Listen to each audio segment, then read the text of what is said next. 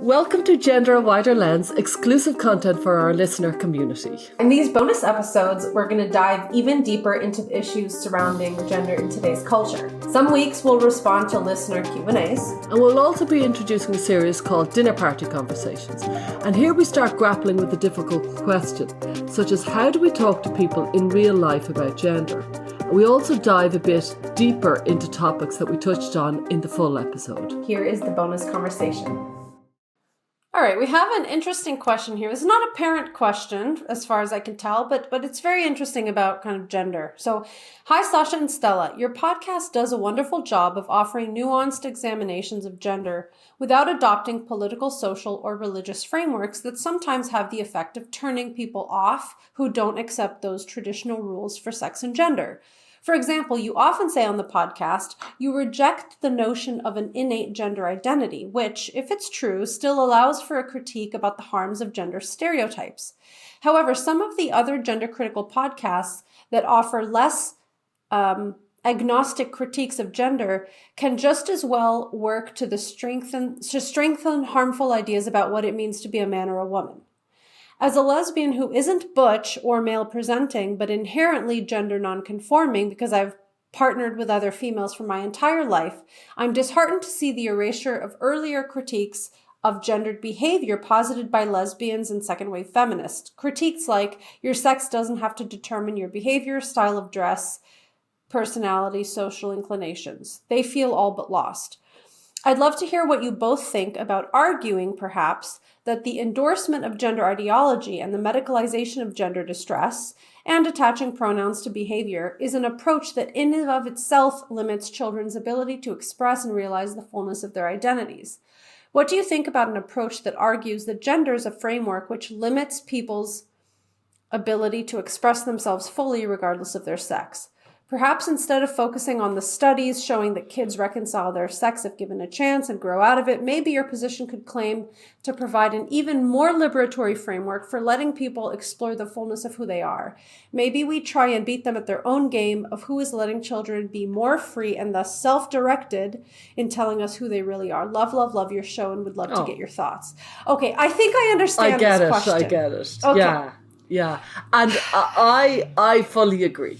I do think we have a more liberated and liberatory outlook on this, which is that it's actually arguably a good deal more progressive and liberal to say you can be whoever you want to be. That does not mean you are a boy or a girl. If you like certain behaviors, if you want to climb trees and play football and wear boys' clothes, and that does not mean you should be a boy. And it's arguably a good deal more aggressive to say that is a boy. So it's kind of, I think it's a fundamental aspect of yours and my ethos that it's kind of regressive to medicalize that person so that their body is more in keeping with how we think their behavior is. We're trying to, I think medicalizing the child is trying to kind of emphasize gender roles rather than free them up. Yeah, I think that the comment here is also pointing to even how changing somebody's pronouns and their labels is a boxing in, which, like, what I hear in this question is something that I've tried to articulate that's really hard to articulate because people will come back and say, you're talking about stereotypes. But I'm talking about, like, what she's alluding to. She says, look, I don't present as masculine. I'm pretty femme presenting. But it's by definition, it is a non-conforming aspect of who I am that I partner with women.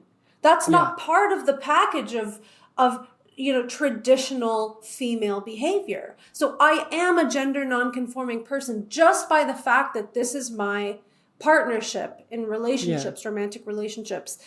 And I think there's a whole spectrum of behavior and preferences and choices that is gender non-conforming in a way that is not just the superficial costume part. So it's not just how short or long is your hair.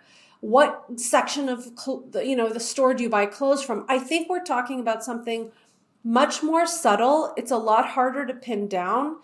And I think sometimes, second wave feminists might argue, well, these are just stereotypes. They're not always true. There's variation within the group. And like, I get that. But there are some noticeable differences that people have, which maybe set them apart in some way or another. So like this woman, despite ostensibly looking maybe quite feminine, or maybe let's say not remarkable in her presentation, there are going to be things that make her an outsider about her relationships. She's not going to be able to be in a group of women who are all talking about something related to their husbands because she has a female partner, a female wife, right? So I think the gender nonconformity that she's alluding to is something that's not about the outward appearance. It's just about something more fundamental about how we live our lives or how we think. And yeah, I agree completely that we should actually make room for that and have flexibility in the sex categories so that she is a woman just as much as I'm a woman, just as much as you're a woman, just as much as someone even more feminine than us is a woman. Like, all of us can be women. Yeah, and there's lots of ways to be a woman, and there's lots of ways to be a man. And the sooner the world expands their understanding of what is manly behaviour and what is womanly behaviour, the sooner I think a lot of these categories won't feel so such an encumbrance, because they do feel like a burden for lots of people. Yeah. And the sooner we expand it, I do think stereotypes come for a reason, and I do think there is, there is a curve here, and there's the kind of the common stereotypes are often true. But the more society expands their understanding of the different presentations, and that, honestly, I wouldn't be surprised at all, that will likely be a consequence of this utter mess we've arguably got ourselves into.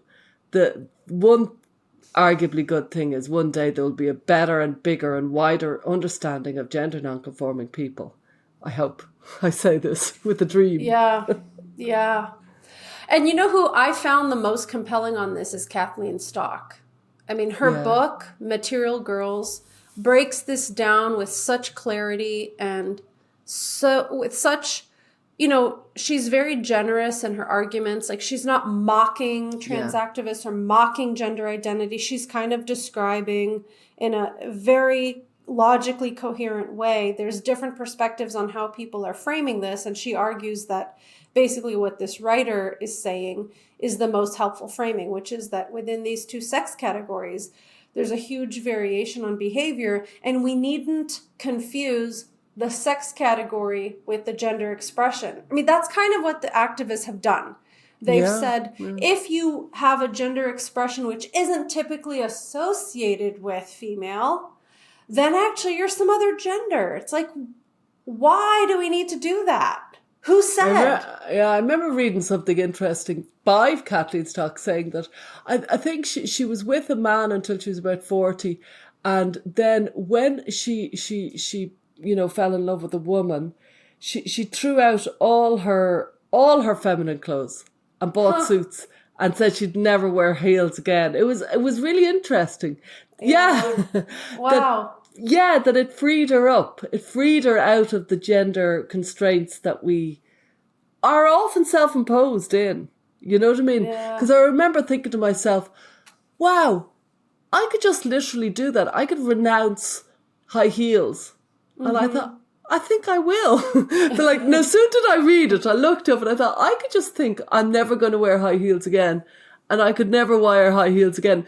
And I think I won't. And I think that was completely self-imposed, although high heels have become a kind of old-fashioned thing. But yeah.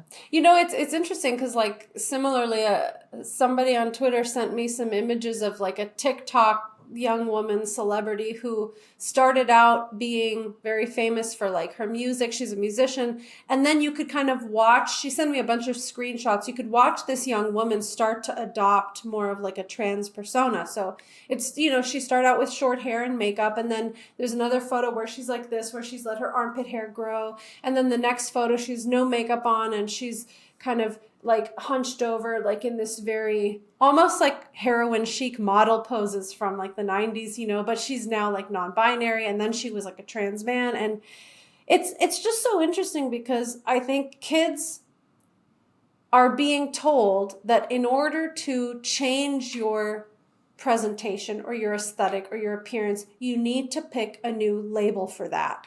It's like Kathleen Stock, what you're describing is obviously this went along with her sexual relationship. So there was a label, but it's not like she had to stop being a woman in order to renounce the heels and makeup. She just decided, this is how I'm going to present myself now. And then it gave me a thought of, well, I could do that. I could renounce that. I don't want to renounce Henry. He can stay. I can renounce the rest. But what you're talking about is so important for parents to know about, which is semantic contagion, which is when you, basically a new way of being is created with a word. And so if you say a trans kid, then there'll be more trans kids because the concept goes into people's head. And then more people will act like a trans kid. They will start presenting. Now, this works the other way. If you say desistance and I'm a desister, it will also create more desistance as people will. And then the same with detransition. The more we talk about detransition and detransitioners, the more people will identify with that and become that. So words really matter. And the more we can talk about these concepts such as desistance and detransition, and they go into the culture, much more likely more children will take up on it. Just so people know that it's a really important point. Yeah, that's one of the things Kathleen Stock was talking about in her book. She said there's these different theories of what gender identity is. Yeah. And the last theory, which really resonated with me, was, I think she called it like the theory of identification. It's like you see somebody and you learn what their label happens to be. And you go, there's things about that person that I can relate to. Maybe I'm that kind of person too. Maybe that label is also my label. So then you start, you start emulating the things about them that are a little different from you. So you're starting to mold yourself based on threads that already exist, and then aspirational threads like the different hair, the growing out the armpits, whatever. So it's like there was something about a trans guy that this girl identified with, but then she continued to like curate her own self to better fit the trans guy label. And you're so right.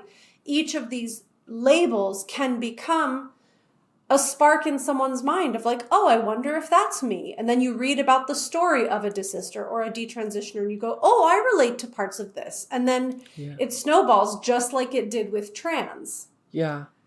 And they say, just to finish, they say, that people tend to kind of seek kind of culturally approved symptoms. And so we seek a kind of, we kind of get a shared diagnosis with a doctor. So back in the day, you might have gone to your doctor with certain kind of traits and hoping that they will diagnose the kind of culturally accepted disease of the day. And so that's really important these days for people to know. You go for culturally acceptable symptoms because you want to be taken seriously. Yeah. And so if it can be culturally acceptable to be trans, you might gravitate towards that because there's some distress within you and you want to get some sort of shared diagnosis. So it's something to be really conscious of. The more we can get certain words into the lexicon, the better for society, arguably. And I thought I was going to be done, but I have to say one more thing. Maybe that's our problem with the idea that the word woman can encompass such a variety of people. Maybe semantically it just doesn't jive, because if I was a very naturally masculine woman, and woman also encompasses like a Pamela Anderson Barbie type person, it's very hard to see myself in her, just hypothetically. So maybe we need to bring back the tomboy or, the butch woman, but like with a positive connotation. So I do think it's tricky because we want to encompass all of these female people under the category woman, but maybe people need to have like a special niche that they recognize themselves in. Yeah, that's a really good point. Really good. Okay, more on this some other time. Yeah, we might have an episode on this. Yeah. Thank you for being part of our listener community. Your financial support helps to make all of this possible. For more ways to support the show, please follow us on social media, subscribe to our YouTube channel, like and comment on our episodes, and of course, spread the word about joining the paid community and all the exclusive content you can find there. And for more information, please visit widerlenspod.com.